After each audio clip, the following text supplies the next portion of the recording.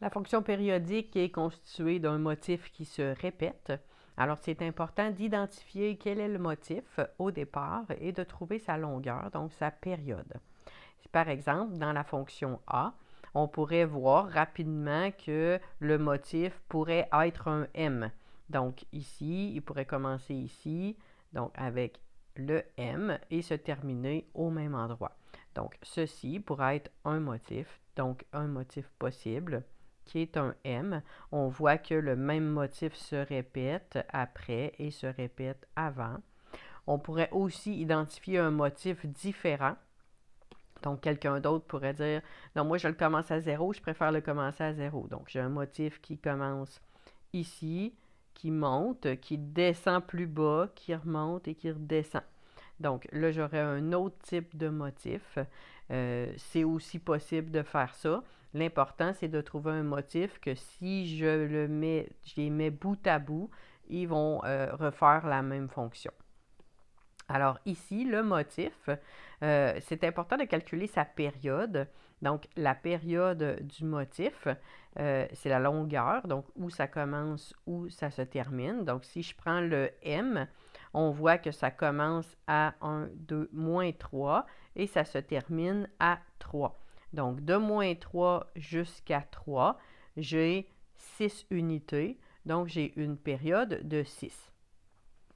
Peu importe qu'on prenne le motif bleu ou le motif vert, on obtient quand même une période de 6. Par exemple, si je prends le motif vert, il commence à 0 et il se termine ici à 6. Donc 1, 2, 3, 4, 5, 6. Alors commence à 0, se termine à 6. Il y a 6 unités de longueur, donc une période de 6. Si je regarde la fonction suivante, alors encore là, je pourrais commencer à 0. On voit qu'elle commence en haut, au maximum et au milieu. Alors, je descends au minimum et je remonte au maximum. Mon motif, il se terminerait ici.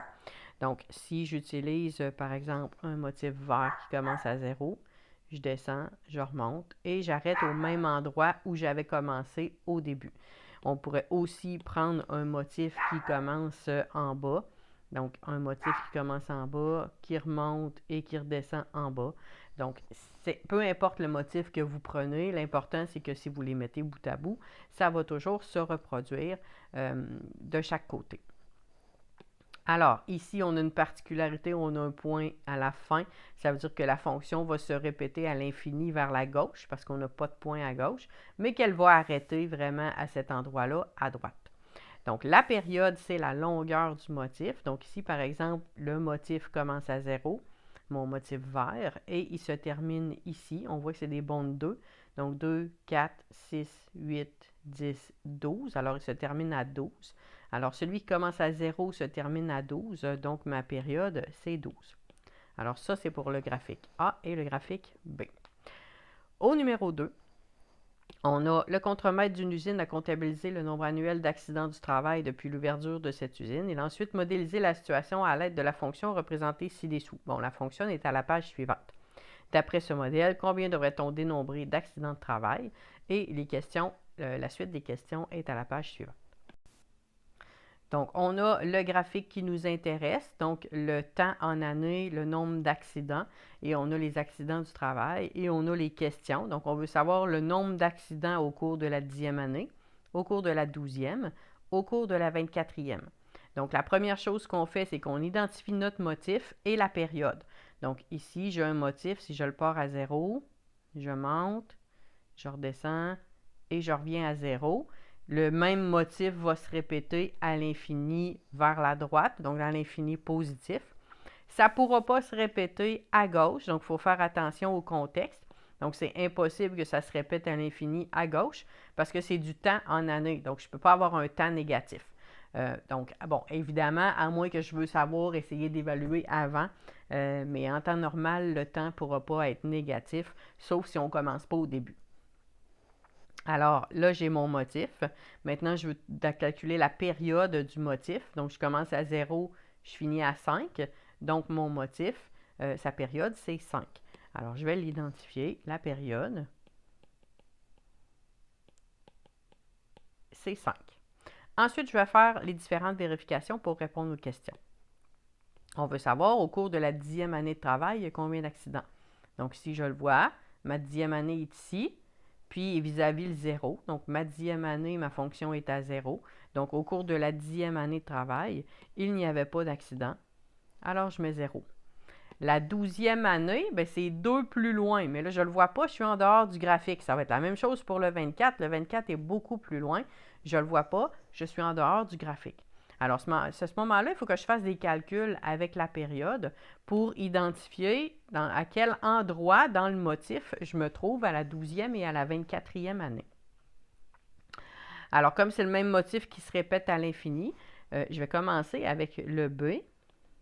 Alors, la première chose à faire, c'est de trouver il y a combien de motifs complets jusqu'à la 12e année de travail. Donc, bon, ici, je le vois, il y a 2 motifs complets, puis les 2 suivants ne seront pas, là, dans le fond, complets. Ça ne fera pas un motif au complet. Alors, j'ai 2 motifs complets.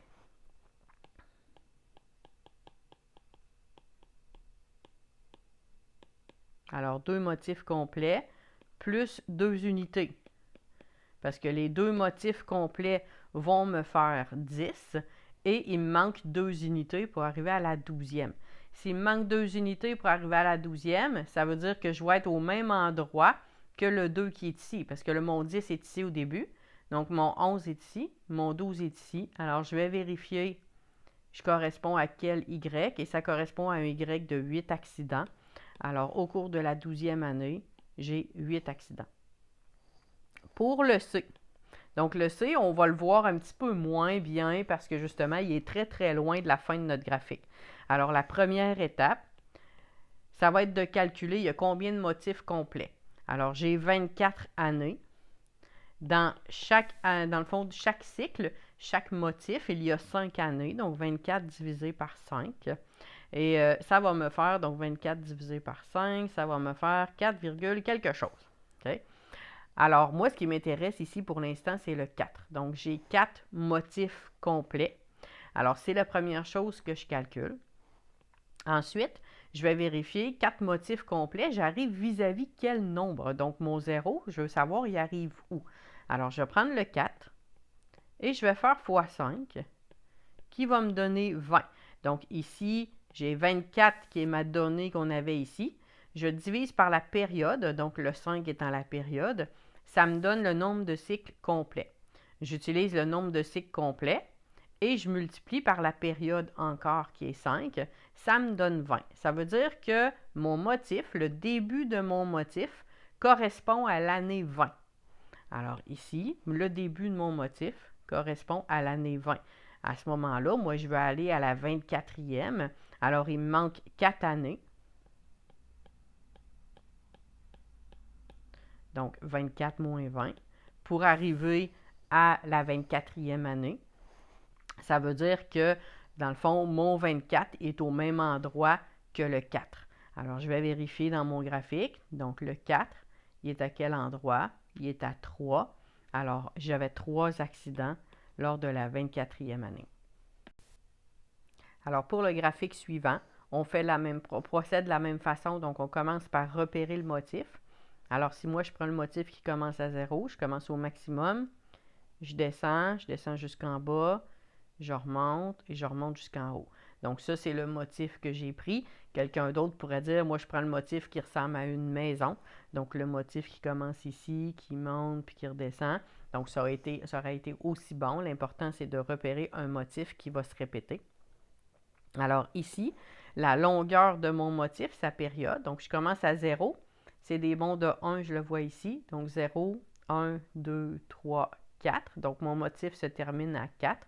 Alors, ma période est de 4.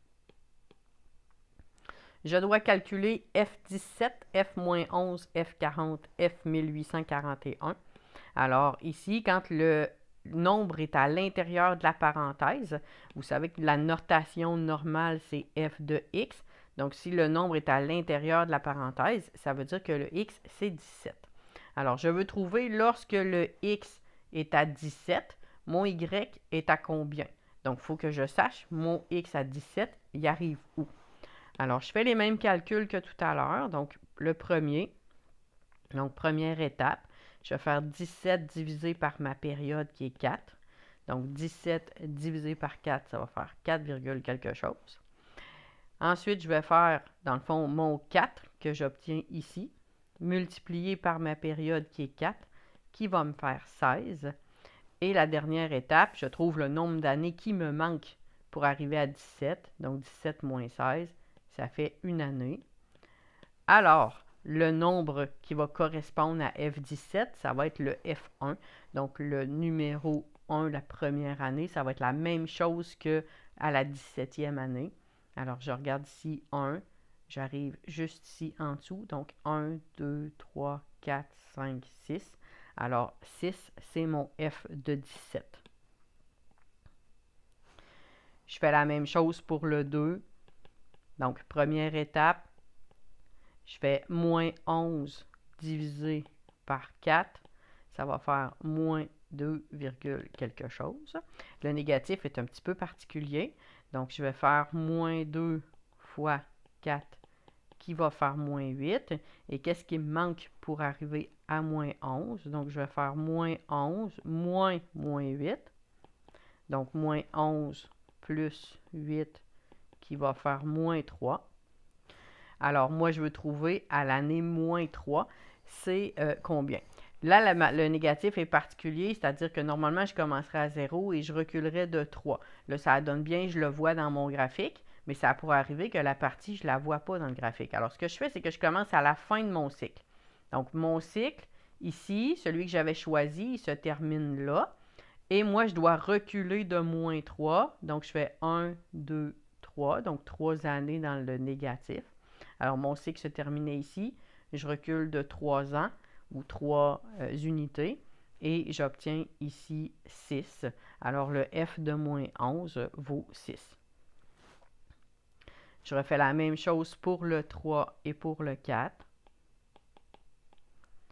Alors, première étape, 40 divisé par 4. J'arrive à 10. Comme j'arrive à un entier, je n'ai pas besoin de faire les étapes 2 et 3 parce que comme j'arrive à un entier, donc il n'y a aucune partie après la virgule, je le sais que mon 10 correspond à mon 0. Alors, à ce moment-là, je vais seulement vérifier ici à 0, j'arrive à combien? Donc, 1, 2, 3, 4, 5, 6, 7. Alors, j'arrive à 7. Alors, F de 40, c'est 7.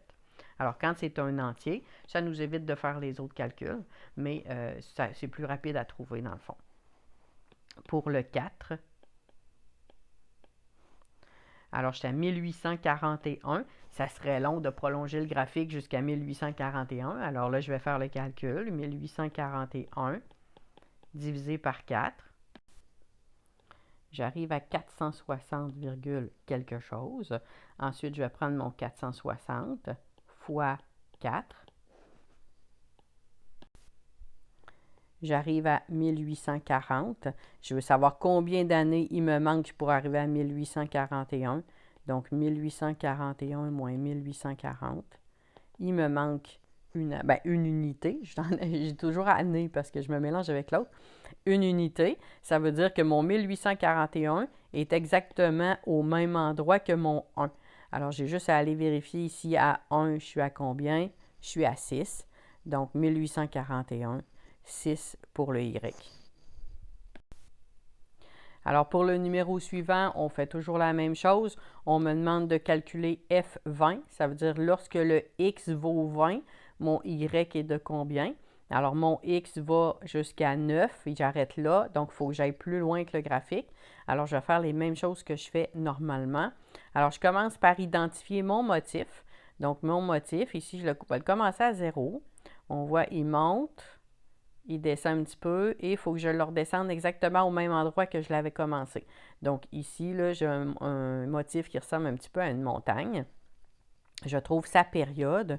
Donc la période, je commence ici à 0 et le cycle, donc le motif se termine à 6. Ça veut dire que ma période, donc, est de 6 parce que j'ai 6 unités entre le 0 et le 6. Donc je l'indique, période, 2,6.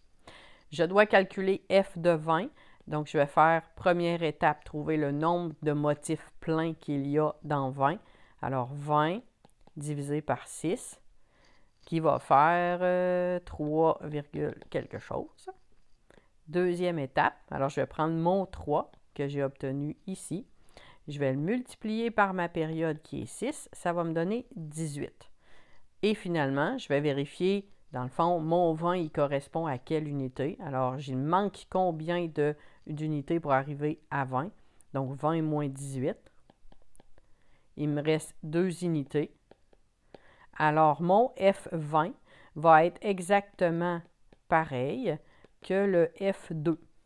Alors, tout ce que j'ai à faire, c'est aller repérer mon 2 sur mon axe des X, monter jusqu'à l'équation. Donc, ici, le graphique, là, on voit, là, il arrive en plein milieu entre le 1 et le 1,5. Donc, le milieu entre le 1 et le 1,5, 1,25. Alors, mon F de 20 va être égal à 1,25 parce qu'il est au même endroit que le 2. Puis le 2 arrive en plein centre entre le 1 et le 1,5.